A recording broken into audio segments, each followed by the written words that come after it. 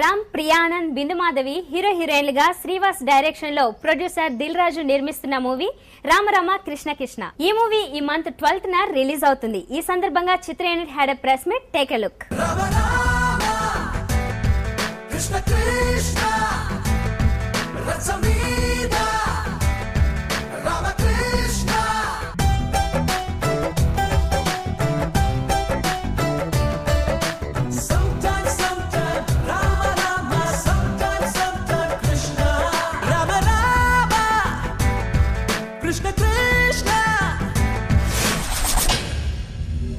చాలా రోజుల తర్వాత తెలుగు సినిమా చేస్తున్నాను. రామరామ కృష్ణ కృష్ణ. నా డబ్బింగ్ సినిమాలు ఎన్నో వచ్చినా నేను ఎప్పుడు స్ట్రైట్ తెలుగు సినిమా చేసినప్పుడు చాలా చూజీగా ఉంటాను. సో అలాగా ఈ రామరామ కృష్ణ కృష్ణ అనే చిత్రంలో నాకు ముందు క్యారెక్టర్, ఒక మంచి క్యారెక్టర్ ఉందని నాకు చెప్పారు. నేను ఇంతవరకు ఏ సినిమాలో క్యారెక్టర్ని నేను చేయలేదు. దిల్ రాజు గారు చెప్తున్నారంటే ఏదో ఉంటుంది, అది let me give it try.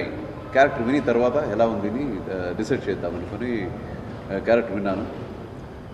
వినగానే వన్ లైన్ అంతే చెప్పింది, ఫుల్ డీటెయిల్గా చెప్పలేదు. వన్ లైన్ వింటేనే it was like character elevation అంత బాగుండింది. ఒక పిక్చర్కి ఒక హీరో క్యారెక్టరైజేషన్, హీరోకి అంటే ఎంత ఎలివేషన్ ఉంటుందో అంత ఒక క్యారెక్టర్ ఉండింది. So I thought I will give it try. And then ఈ సినిమా జరిగింది. పిక్చర్ ఫినిష్ అయింది. ఇప్పుడు మీరు పిక్చర్ చూసి నేనేం చెప్తున్నాను that will be there, 100% will be there అని ప్రామిస్ చేస్తున్నాను. యుద్ధాన్ని మొదలుపెట్టి బుద్ధుల్లా కూర్చోలేం కదా.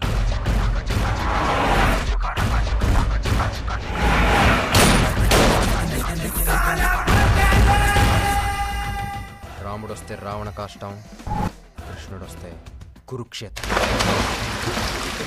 ఫస్ట్ ఈ స్క్రిప్ట్ మొత్తం అనుకున్నప్పుడు రామ్ హీరోగా ఫైనల్ అయిన తర్వాత ఈజ్ ఎ ఇంపార్టెంట్ క్యారెక్టర్, అది అర్జున్ గారిని అడిగితే బాగుంటుందని డైరెక్టర్ నేను అనుకొని అప్రోచ్ అయ్యాము.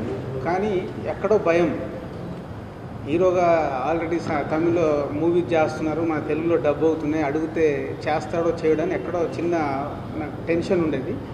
బట్ టైం తీసుకొని వెళ్ళి ముందు మెంటల్గా ఫస్ట్ టైం ప్రిపేర్ చేశాను. ఇలా సినిమా అనుకుంటున్నామండి సార్, మీరు చేస్తే బాగుంటుంది అని.